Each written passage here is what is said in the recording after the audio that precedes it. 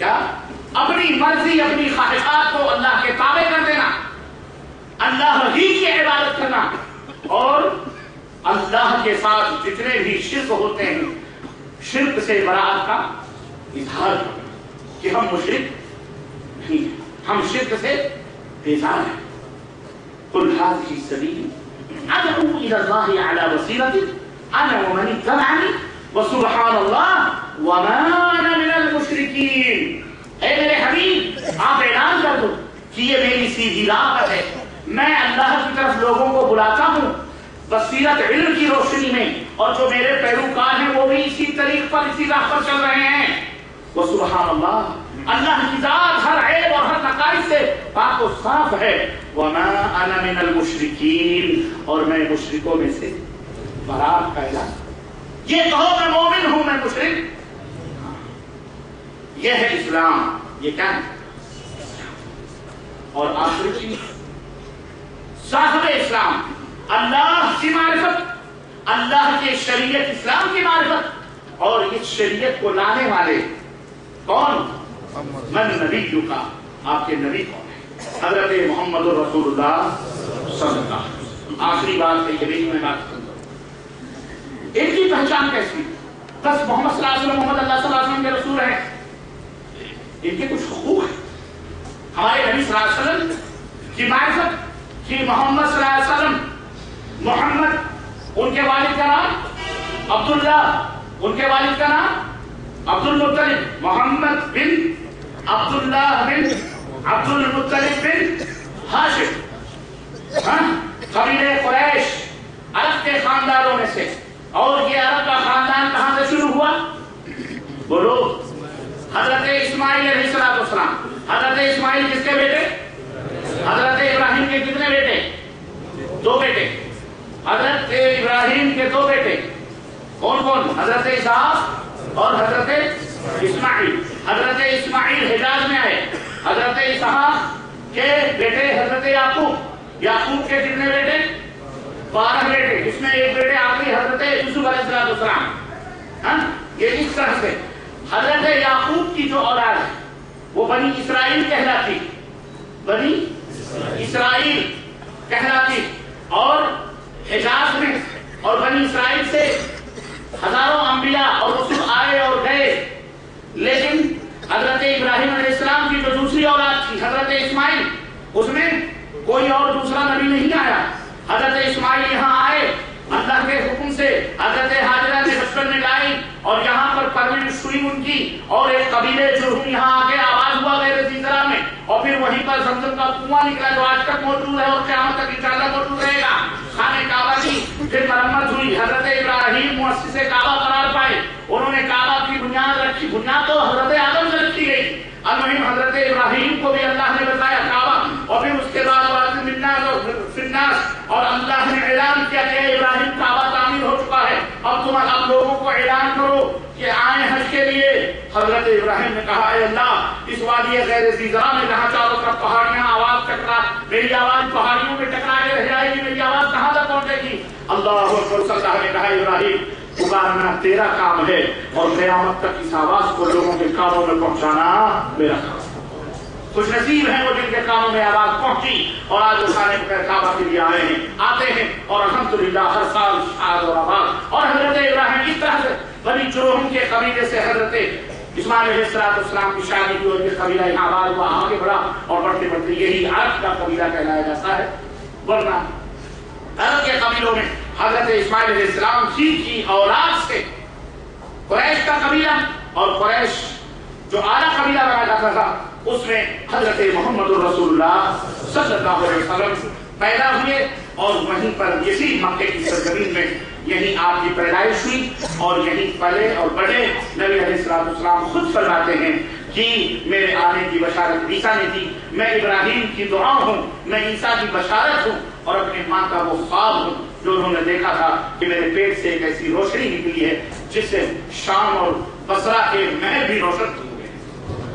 چنانچہ اللہ کے نبی ربیع الاول کے اسی مہینے میں باختلاف روایت مختلف 8، 2، 1، 3 بہرحال مختلف تاریخوں کے حوالوں سے مختلف لوگوں کے आप सल्लल्लाहु अलैहि वसल्लम रबीउल अव्वल के महीने में तारीखी एतबार से जमहूर का कहना यह है कि 9 रबीउल अव्वल को अल्लाह के नबी सल्लल्लाहु अलैहि वसल्लम यही पर खाने काबा के नीचे किसी जगह आप सल्लल्लाहु अलैहि वसल्लम का तवल्लुद हुआ और आप पैदा हुए। सुहैबिया ने दूध पिलाया और उसी ने जाकर के अबू लहब की लौटी थी, अबू लहब को खबर दी और इस तरह से उसने खुशी के बारे में नतीजा पैदा हुआ है और उसको आजाद किया।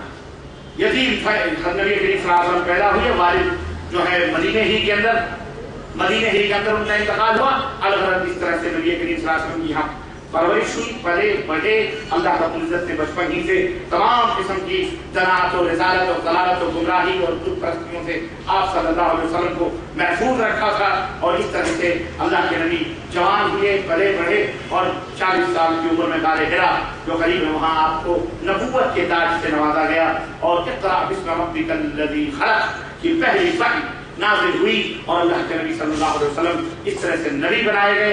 उसके बाद कुछ 50 दिनों के बाद तकरीबन अल्लाह के रसूल सल्लल्लाहु अलैहि वसल्लम जब परेशान हुए, वही का सिलसिला बंद हो गया। तो एक दफा खुद को हिलाक करने की गरज से कि वो वही की लज्जत वो सूर जो उन्हें उस दिन मिला था उसकी परेशानी को पकड़ ले गए। अचानक देखते हैं कि आसमान के ऊपर एक अजीम कुर्सी और उसके ऊपर एक बैठा हुआ शख्स नजर उठाई तो थर्रा गए, आप खौफजदा हो गए। आसमान से आवाज आई कि मैं जिब्रील हूँ। अल्लाह ने आपको रिसालत के ताज से भी नवाजा और आज से आप रसूलुल्लाह बनाए गए हैं।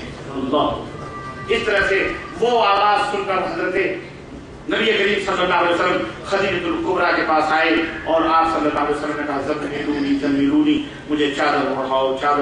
और इस तरह से आयत करीमा का नुज़ूल हुआ, या अय्युहल मुद्दस्सिर क़ुम फ़अन्ज़िर, अब खड़े हो जाओ और दावत व तबलीग का काम करो।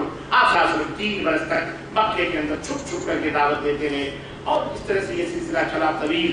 सीरत अल्लाह के नबी सल्लल्लाहु अलैहि वसल्लम की छुप करके दावत दी और उसके बाद आप सल्लल्लाहु अलैहि वसल्लम 3 साल के बाद ये हुआ फस्तअ बिमा तुमर, अब छुपाने का वक्त नहीं रहा, अब खुल्ला दावत से तौहीद की जाए। सफा पहाड़ी पर खड़े हुए और लोगों को पुकारा, सारे के लोग आवाज सुन करके दौड़े, कहने कौन पुकारने वाला है? कहा वो अमीन सादिक है जो मक्के के अंदर लक़ब पा चुका है। वो नौजवान अमीन और सादिक के लक़ब से आपको याद किया गया। आप सल्लल्लाहु और बीच में बड़े मरहले आए, मैं मुख्तसर करते हुए आप सल्लल्लाहु अलैहि वसल्लम ने कहा कि लोगों अगर मैं ये कहूँ कि पहाड़ी के पीछे एक लश्कर जर्रार है, ईमान लाओ, तो उन्होंने कहा लाएंगे क्योंकि तुम अमीन सादिक हो। आप सल्लल्लाहु अलैहि वसल्लम ने फरमाया क़ूलू ला इलाहा इल्लल्लाह तुफ़्लिहू, अब मैं तुम्हें दावत देता हूँ कि तुम ला इलाहा इल्लल्लाह कह लो, फलाह पा जाओगे, कामयाब हो जाओगे। अल्लाह अकबर। उसके बाद आजमाइशों का सिलसिला शुरू हुआ, महन का सिलसिला शुरू हुआ। 1000 आजमाइशों से लोग चुपके मुसलमान होने लगे। आपके सहाबा आपके गिर्द जमा होने लगे।